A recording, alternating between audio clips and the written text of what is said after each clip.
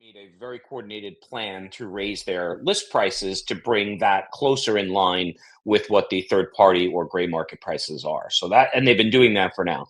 The second thing they did is they bought a retail outlet. So for those who don't know, Torno Bucura, which is one of the largest independent watch sellers in the world, is now owned by Rolex. And that allowed them to create a CPO program so that they could resell on their own and really start to have a better dial in on the market. So they're really kind of taking three pieces of the puzzle together to try to drive, what the value of their product is. And just to touch on the numbers, they raised steel prices at about 5-6%. So I think the subs went from, just to use an example, went from like 10,250 to like 10,800. So not a huge difference, and it certainly won't affect their sales. I mean, they'll still sell every one that they can produce and more.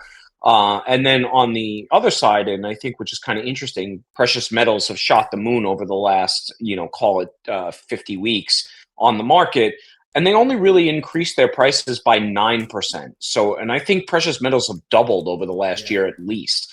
So that's kind of a gentle push. And I think that speaks to the fact that the precious metal watches are just not as desirable on the Rolex side. But I'd love to hear your thoughts, Joe. Do you have any inkling on that side?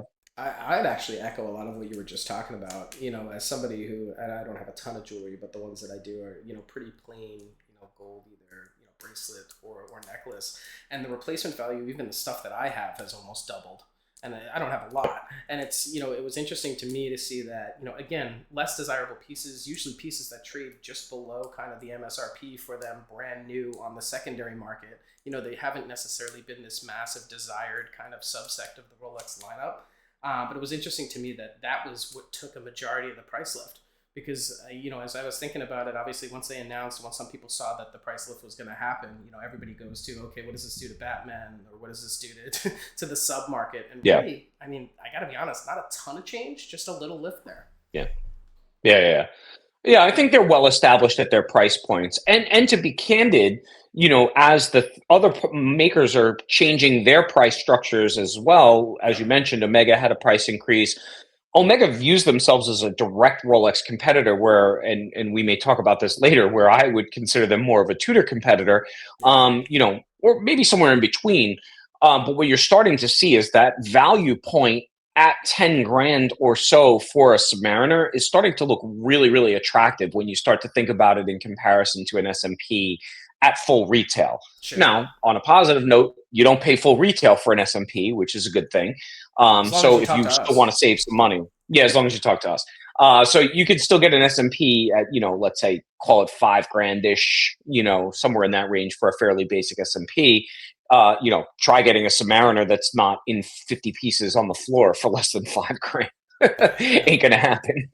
So, No, I agree. and I think, yeah. So I think like I know I touched on it briefly, but the secondary market, I think continues to push up as a general statement. So if we think about all gray market and used pre-owned watches that are being sold, obviously that's continued to appreciate in a gentle term. But I think that, what we talked about before, the brand starting these CPO programs, I don't think an Omega is going to be far behind from having its own CPO, Yeah. and certain other manufacturers. I think what you're going to see is a leveling off of pricing, which is a good thing considering we had a pretty big push down in and around 2022. So I think the recovery will be slow and steady. And while I would never give anybody the advice to invest in a pre-owned watch, I think at the end of the day, it's always been a fairly safe place to park some money, and you can use it. And at the end of the day, hopefully, when the time comes that you're ready to move the piece along, you recover at least the vast majority of the money you put into it. So that's Yeah. my kind of point of view around CPO and secondary market.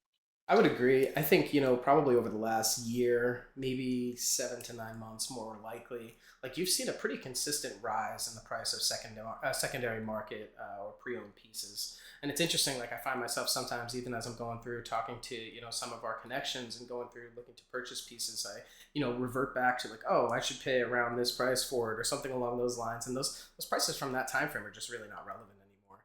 You think about that, Yeah, gone are the no. days where you were spending 2 grand for a Black Bay 58, which I would say is probably one of the greatest watches under 5 grand, but we can touch on that at some point in the near future. But it's just not that anymore. That's the problem. And I Yeah. think you got to get out of that mindset of like, hey, those days are a little bit in the past. We need to start to look at what the new kind of normal looks like for these pieces. Yep, makes perfect sense. So speaking of which, let's transition over into some of the newer stuff that's coming out. And as we know, new usually means desirable. I know you put together a list of a couple of new things that are coming out. Some things I wasn't quite as aware of, so I'd love to lead that off. Joe, go ahead. Yeah, yeah. So before I dive into that too much, for those of you that are in the stream, does the stream look okay? Can you hear us both okay? Obviously, this is our first crack at this, so we have no idea. So if anybody doesn't mind just dropping a comment and saying, like, yeah, the people are ugly, but the sound is fine, or something along those lines, that'd be great. But generally speaking, I think, one of the first ones I'd like to highlight here, and let me see if I can switch over to that, is the Ranger. So Ranger's been a part of the Tudor lineup for quite some time, but the newness here is this Dune White variant in terms of the dial color, and then also the release back to kind of that 36 millimeter. So when you look at this, I think right off the bat, I think it looks great. I love the regular Ranger. I have no problems with that one the way it was, but I think this kind of adds like a very different pop. It almost pulls a little bit of that Polar Explorer kind of feel to it, but at the same time, it still looks a little more tool watchy to me. I don't know. What's your kind of initial gut reactions on this one? So yeah, I agree wholeheartedly that they're pulling over from their sister company, the Explorer lineup, specifically on the Polar side. I think it's a little warmer than the Polar, which is a smart move on their part. I think it'll be a little more unilateral. Love the concept of the 36, especially as my wrist continues to get a little smaller. I would not be opposed to buying a 36 at this point over a 39, although I'd still argue 39 is probably the perfect size for a watch like this. But a straight ahead tool watch, what they call these field watches, right? Like I can't think of a better one piece does all, type of a watch. And again, at 36, you can also cross it over and make it a unisex piece, which I think is a really smart idea. I think we don't talk a lot about the ladies market, but the ladies market has wanted to feel less pulled apart from the men's market for a while. And I think that these 36 millimeter kind of crossover pieces are really smart. For example, Larissa, my wife, who also works with us at BST, wears a bunch of 36 millimeter Rolex that she likes quite a bit, and it just fits her wrist well. So, I think it's a great opportunity for them to catch some crossover business. No, I agree. I think that makes total sense. And I think, when we think about that again, we don't talk about the ladies market too often, but that trend has been slightly bigger watches. I think there's obviously a place for, some of those really tiny, more dainty, more formal kind of more formal pieces that you might wear to, dinner parties, whatever that might be. But really this size, I would agree with you. Trending upwards within that market as well.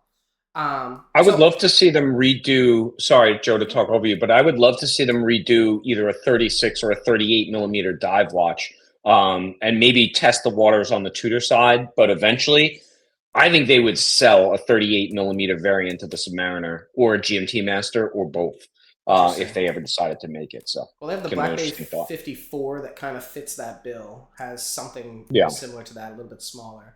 I'd be interested to know if there's a bunch of kind of crossover in terms of ladies that bought that watch. But Yep. overall, I think this is, I don't know, to me it's kind of a home run. I'd love to see when the hype dies down a little bit, when we could purchase these a little bit cheaper, kind of get one on the wrist and use it as an opportunity for me to wear it around for a little bit. I love the 39 millimeter size. I'm a big fan. I think it looks great. Yep. Couldn't Let's see agree if I more. could find the next one here. So the next one up is Black Bay Chrono, but this is that Carbon 25. So this is like a F1 collaboration. I know Tudor's been doing quite a bit of that. But I think the cool thing here is full carbon case, which obviously we've seen in some of the earlier Tudor stuff. But now they went carbon end links as well. I don't know that they did that in the past. Super cool piece. Again, that chronograph to me, yeah, I think this one comes in at 41 millimeters, if I remember, 42 millimeters rather. But I mean, it's a great size. The thickness they've kept kind of in check. I think this one is like 12.6. I'd have to remember. But I think it's a cool looking piece. Not obviously an everyday piece, but something that people are going to get a good kick out of. Yeah, I think so. First of all, I love the black and the blue as a Mm-hmm. combination. I think that that's a great kind of step away from some of the traditional combinations. I think it's pretty cool looking.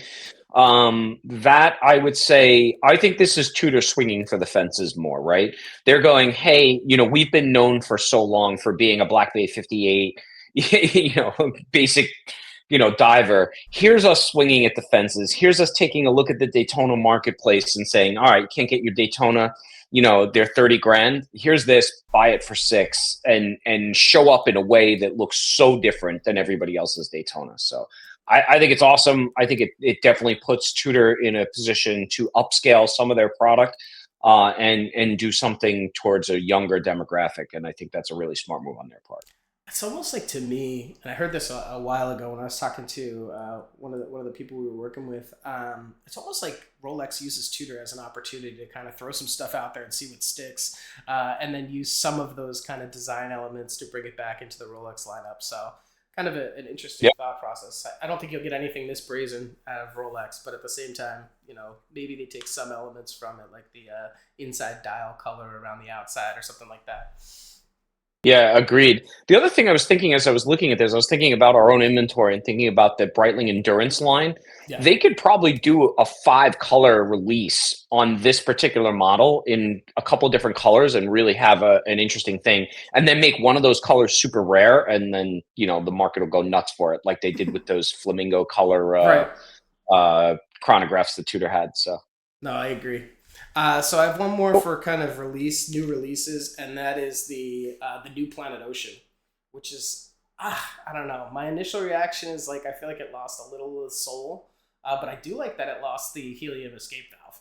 So I know that was a huge controversial thing, was when they put that in there and how they kept it for so many years. But I thought it was kind of interesting that they decided to get rid of it in this, which I guess is the fourth refresh of the Planet Ocean. So I'm sure they'll get a lot of pushback on that one. But there are some cool dial colors and, well, not dial, more bezel colors, but there's some cool color offerings and some really nice rubber strap options for these too.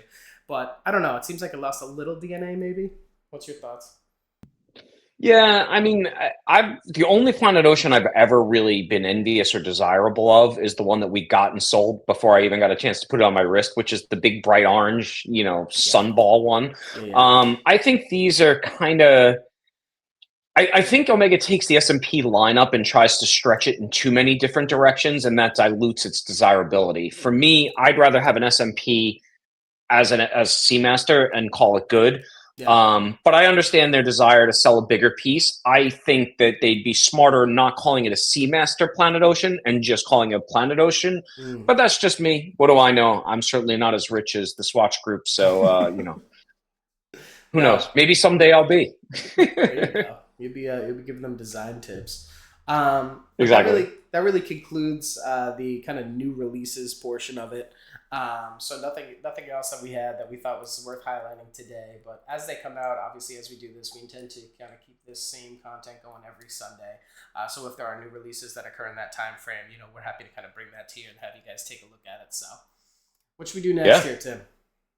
I think we should sell some watches, Joe, because that's what we Mm. do for a living. So let's show the people some of the new stuff that came in. All right. Being candid, we're going to have to do 2 streams because we got so much new inventory in over the last 5 days that we can't realistically do it all in one stream. So we're probably going to wind up doing a second one later in the week.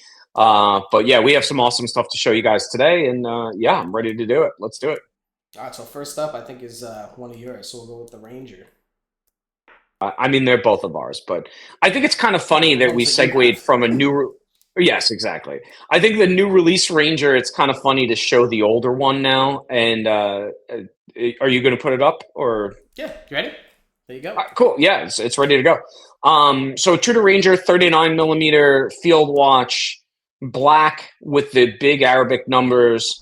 One of the things I noticed when I was photographing this watch the other day in the big light box room, I took it out of there and it was dark in the rest of my house. And the loom on this watch is really crazy. In fact, I was thinking we probably should start to take loom shots of everything when we post them. But Yeah. yeah, it's pretty beastly loom setup. This is like, to me, the true definition of that one wash does everything. You Yeah. can dress it up and down. It's not super thick. At the end of the day, if you put this under a suit, people still know you're a no nonsense kind of guy. Probably the kind of guy that does his own oil changes, which is pretty awesome. 70-hour power reserve. I mean, that's great. 3 days. You don't have to think about the damn thing. And again, wearability perspective, I can't think of something easier to wear than a 39 millimeter Oyster design bracelet Yeah. Tudor. I just think it's a home run.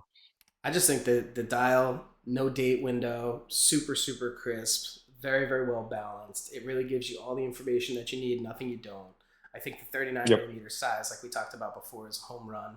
I mean, I have pretty gargantuan wrists, and to me, 39 millimeters still wears great on my wrist, so I can't complain. Yeah. But I would say, Yeah. yeah, What's your wrist size? 8, Joe? You're yeah, at just 8. just about it. And I wear Black Bay 58 a good chunk of the time, so I would say 39 Yeah. millimeters wears almost perfect for me. So I was going to say, to give you guys a good example for those that haven't thought about wrist sizes before. My wrist now is between 6.5 and 6.75 inches, and Joe's is close to 8, which is a pretty dramatic difference. And the two of us probably would both say 39, 40 millimeters are the perfect wear for either of us. So yeah, Agreed. Agreed. All cool. right. We'll transition back to us while you get the next one set up if you want to. I know we're going to talk about some other stuff that we have in inventory. Actually, why don't we switch over? I'll do the Oris while we're letting you set up. Yeah, do the So Oris. this one may be a little familiar. Let's see if the lights catch it just I've right. seen this before. Yeah, right. This one may be familiar. Obviously, I did a video on this one yesterday, which got some interesting opinions out there. But I think to me, this dial is just awesome. It's not necessarily the thing you're going to put under a sport coat or anything like that. It's a little too bold for that. But I just look at this as like you're walking around, you're on vacation, you're at the beach, anything along those lines. Like I think this watch is just a really, really fun watch for like the summer. It's got a really bright dial that I feel like people are going to, potentially, not that everybody cares about your watch, let's be real, but, people could potentially ask you about this because it's so different and so bold.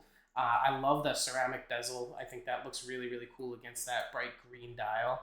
And I think the overall Aquos at the 41 millimeter wears really, really nicely.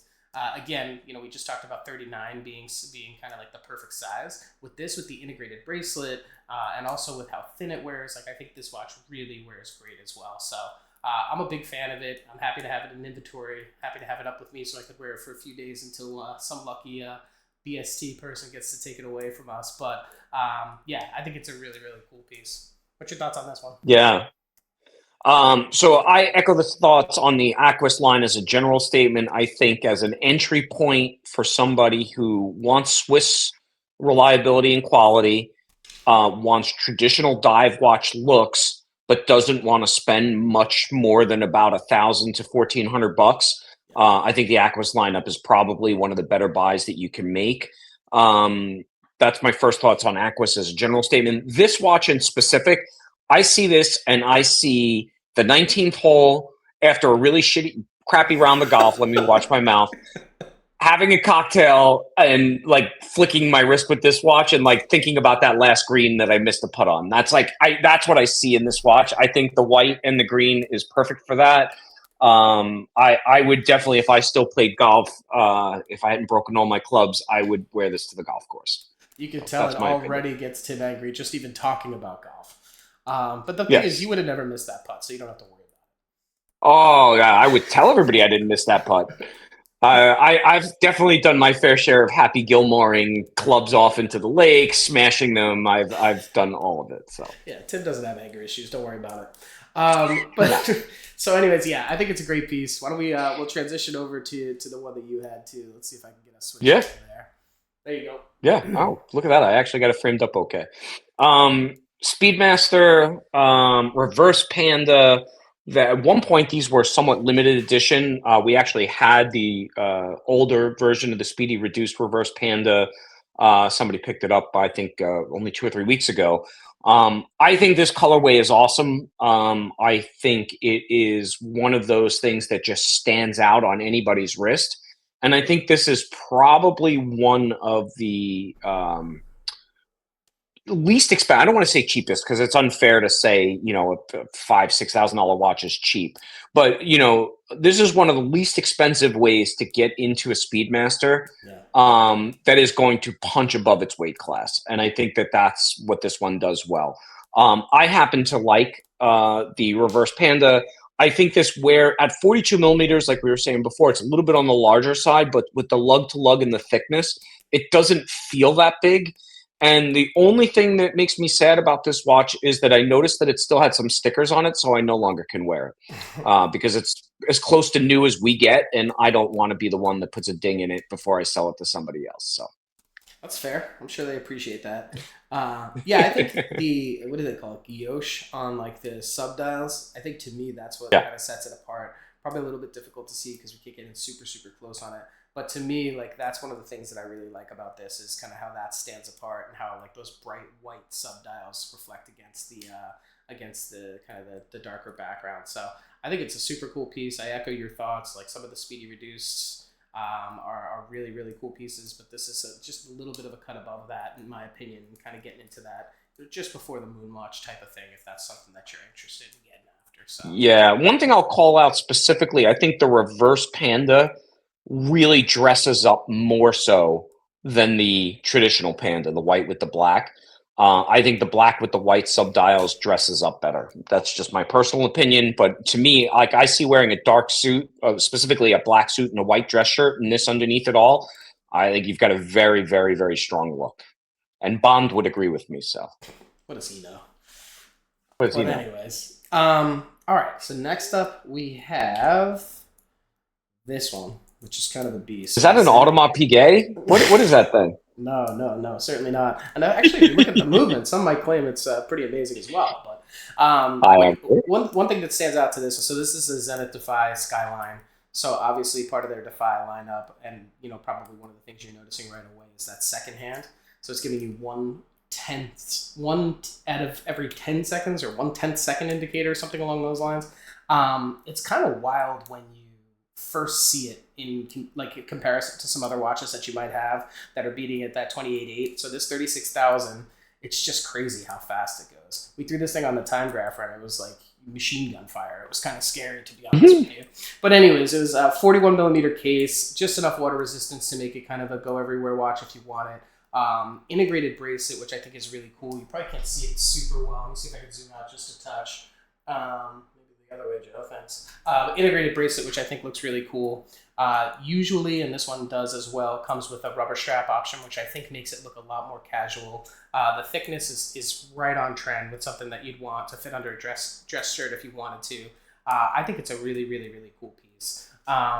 It's kind of got, I don't know, it blends a couple of kind of other pieces that you might want eventually. I was gonna not name them, but Tim went right after it. But at the same time, I think it stands on its own as its own kind of watch as well. What's your thoughts? Yeah, a couple things. First of all, high beat is just cool on its own, right? Like horology people will come by and look at that and go, "Yeah, that's something better than average." You're somebody in the know. I think the second thing I will call out is a Zenith specific thing. There are very few companies in the world that can say that they've produced a movement for Rolex, and Zenith is one of the very few. And this is that movement, the El Primero movement, right? A variant on it.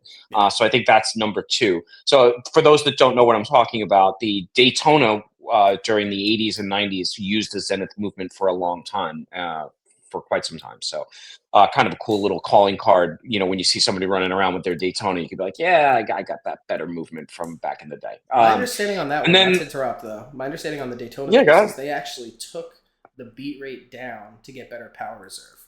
Right, that's how that worked. They took Yes. it from 36,000 Yep. down to 28.8 just to make it last a little longer. So kind of cool nod Exactly. here. This still has 60 hours of power reserve, even though it's beating at 36,000. So pretty cool. Go ahead, Beating at back to you. 36,000. Yep.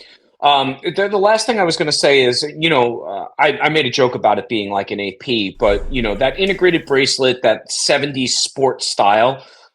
Listen, you can buy it at $400 in the Tissot Powermatic 80, or you can buy it as an AP for 80,000, or you could buy a Patek Philippe Nautilus for 100 grand. This is going to give you 95% of that Nautilus, and you probably have as good a movement on your wrist from a horology standpoint, and you can save the cost of a small house in some parts of the country. This is for people in the know who don't care what the brand says and want to wear a high horology piece without spending a fortune on it and get just a kick-ass watch. I think we went with a couple of hot takes on that one. However, I would imagine a lot of Zenith people would agree with you. I Yep. am a big fan. I have a Chronomaster Sport in my personal collection. I think the brand is awesome. I think just enough kind of I would say adventure in terms of the dial colors and things like that. I love the three dials on the Chronosport, the three sub dials on the chronograph being different colors. I think there's some really, really cool adventurous stuff that they've done. And I'm obviously a big fan of the brand. So you're not going to get any pushback from me, that's for sure. Cool. Let's bring it home. All right, so next up, wow, that doesn't really look great, huh? So we got the, we'll just have to deal with that little ring camera. Let's see if I can figure that out. All right, that's the best we can do. Can I zoom in maybe? It's like a half moon. Yeah, yeah. Doing our best here. Okay, guys, this is live, just in case you didn't know. We're live on Yeah. QVC here, showing you these watches. Anyways, is QVC still around? Probably not. Yeah, it exists. People Um, older than me still use it, I think. older than you, there's not many, are there? Not many. No. Okay. So next up, we have this Ball Engineer Hydrocarbon GMT. This model is such a mouthful. Engineer Hydrocarbon Aero GMT 2. So this one's 42 millimeters, pretty thick, and it's not just thick in terms of the watch itself, but actually the way the architecture is of the case. It's kind of domed or curved a little bit, so it sits even a little bit thicker on the wrist. But for somebody who wants a little bit of a chunky watch with some really, really proven capabilities from a brand that's known for obviously railroad timekeeping, this is kind of a really cool niche for that. So it's a COSC certified piece, keeping time within COSC certification. Obviously, the GMT hand gives you the ability to track a secondary time zone. But I think the other piece, or claim to fame from Ball's perspective, is really the use of tritium in the hour hand, minute hand, and the indices. So when you think about it, I think this one is like 40 something micro gas tubes that are used within the watch itself. So another one, and it's interesting, tritium doesn't necessarily glow as bright as fully charged luminescent material, but at the same time, the nice thing is you never have to charge it. So a lot of the watches, like you were alluding to, Tim, we take them out from having them under the big kind of lights from taking pictures, and they're going to glow like a torch. Whereas this, I could just take this out from a dark room, and it's still glowing at that same way because of the use of tritium here. So super cool watch. I think it's got really cool DNA because if anybody knows the story of Ball, it goes back quite a while for railroad timekeeping. So, what's your thoughts on this? Yeah, I haven't seen this one in person. I haven't handled. Wait, that's going to go a Don't really do bad that. direction. Yeah, I'm not going to do it. Although it would be funny.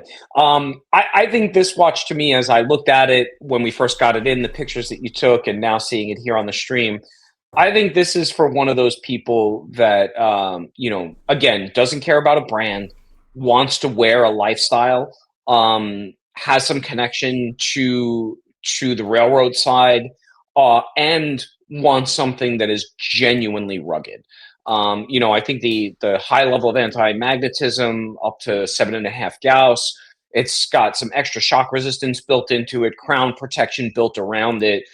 This is no nonsense, right? Like you really can wear this watch daily, doing hard work, and it's going to keep on ticking. And I think that one of the things that people get a little lost in, especially in the luxury side, is the concept of the tool aspect of these pieces. Sure. This is tool first, 1,000,000%. And I think that's awesome, right? And like if I were in a position where I was both a watch collector and somebody who worked with my hands daily, this would be a great choice for me.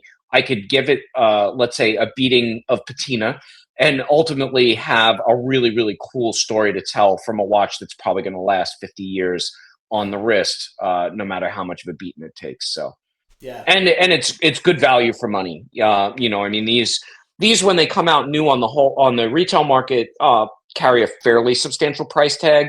But when they reach our level and they're resold, I mean you're quite literally paying maybe 50 cents on the dollar on something like this, and you just get an awful lot of design and engineer work for basically 50 cents on the dollar. So.